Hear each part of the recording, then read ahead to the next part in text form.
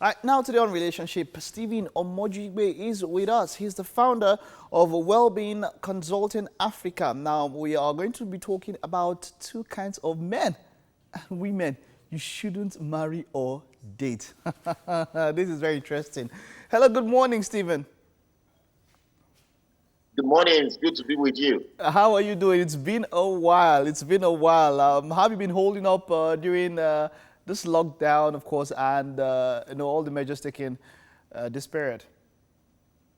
Well, trying my best to keep myself and my family safe, following all the medical protocols, and praying and hoping that things will get back to normal as soon as possible. All right, wonderful. And of course, when they are normal, we'll definitely have you in the studio. But then it's good to see you. So today we're talking about two kinds of men and women to avoid in relationships, right? Yes. Okay, so let's get So, straight to it. in my work as a coach and as a counselor, it's one of the most surprising things for me when someone comes into the counseling room saying, my marriage is like this, my husband beats me, my wife is disrespectful, da da da da da da da. And in trying to kind of solve these problems, you ask these people, when did your husband start to beat you? When did your wife start to be disrespectful or become a spendthrift? It's always shocking when they say to you or when they say to me that these things had started happening before we got married. Because the next question will then be, why did you get to marry this person? Dating or courting time is a time for people to gather data and to kind of decide if this is the kind of life you want to spend, this is the kind of person you want to spend the rest of your life with. So what we want to do today is kind of just highlight two characters, both on the male side and the female side, that you should definitely not date. And if you're dating them, you should not marry them. Okay, so let's get straight to it. Okay, so let's start with the women. Okay. The first kind of woman I call the I don't need a man kind of woman. There are these special men who are very self-sufficient, very independent, very unfeminine in their approach to life. They will beat down on their man. When a man comes to a woman's life, he wants to be needed. They make it clear to him that they don't need him in their life. They are very opinionated. Now, there's nothing wrong with a woman being strong and independent. But these kind of women that I call, I don't need a man kind of women, they carry it too far, all right? And usually they get attracted to weak men who allow them to dominate them. The second type of woman or women is on the other side of that. And those women are the exact opposite of the I don't need a man kind of woman. They are I call them my man is my life kind of women. Hey. These are very weak women, very emotionally unbalanced. They leak on the inside, if I can use those words. They will drain you as a man.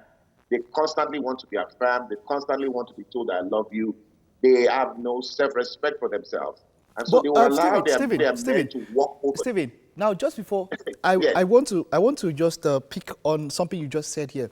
Now, a number of women will tell, even strong women, that they love to constantly be told, I love you, right? They want that affirmation from the man to show, to sort of give themselves, to make themselves feel good or to make themselves feel like they are still wanted. So let's find a way to draw a line. Where or at what point is that going too far into the place of this kind of women who are overly dependent on men?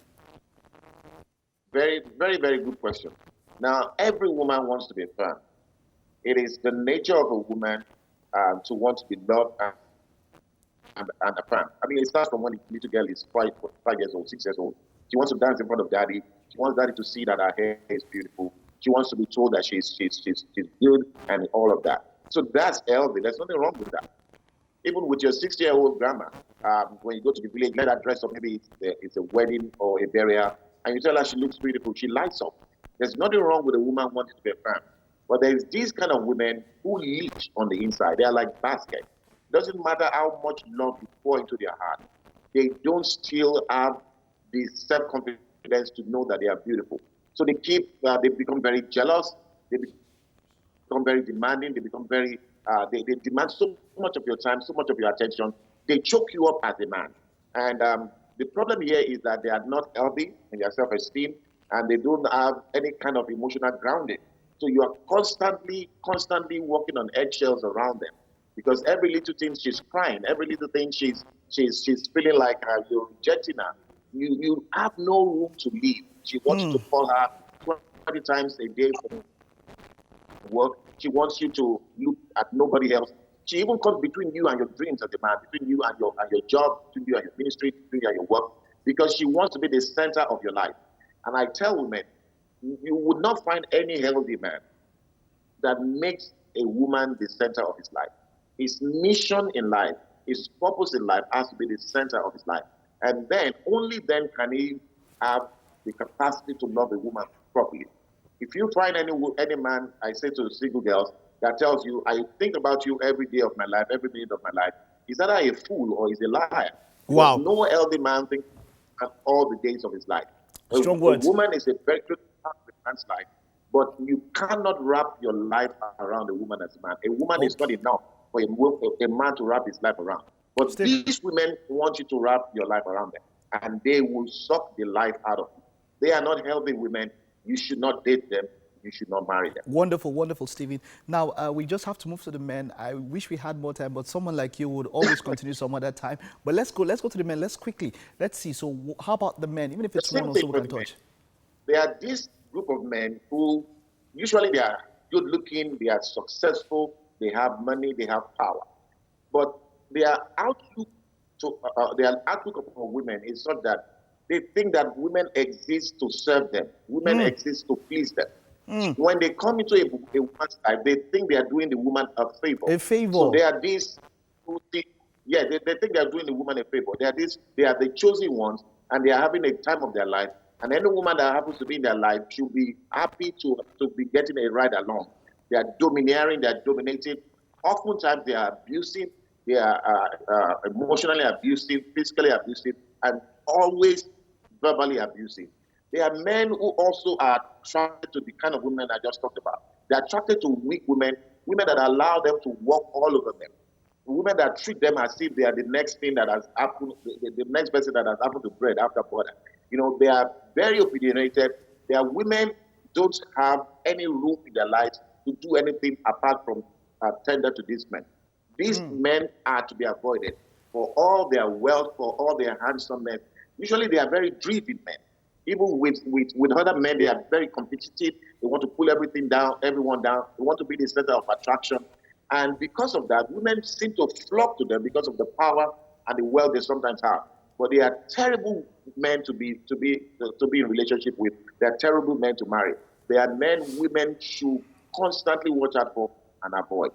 The second type of men. Stephen, yes. we will continue this. We don't have any option. We have to continue. We just have to go now. You know, we spend so much time talking about the women. When I talk to you, it's always a wonderful time picking your brain and getting from your wisdom. But we'll continue. We touched on one kind of man. Okay, just outline. Just give us the outline of the second type of man. Just the outline. Okay, second type of man, I call them the good bad boys. The what? Very tender, very good bad boys. Okay, we're heading there. The good bad boys. We're good bad boys. Thank you so much, Stephen. We will continue this, please. We will continue. Thank you very much for taking our time to be with us on the show today.